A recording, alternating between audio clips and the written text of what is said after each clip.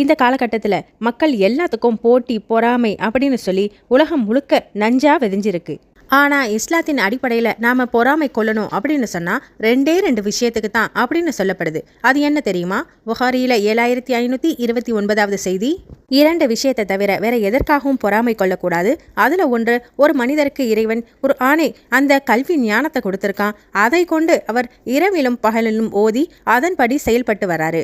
இவரை பார்த்து நாம் பொறாமை கொண்டு அவரை போல நம்மளும் செய்யணும்னு ஆசைப்படலாம். 2வது விஷயமானது, இன்னொரு மனிதருக்கு இறைவன் அதிகப்படியான செல்வத்தை கொடுத்துருக்கான். அந்த செல்வத்தை அவர் இரவிலும் பகலிலும் மக்களுக்கு தான தர்மம் செய்கிறாரு.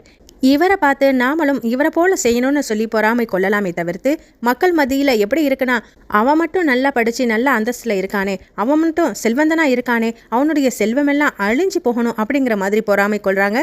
இது மிகவும் தவறு. அவங்கள மாதிரியே நாமளும் நல்லமல் செய்யணுங்கிற விஷயத்தில் பொறாமை கொள்ளலாம்.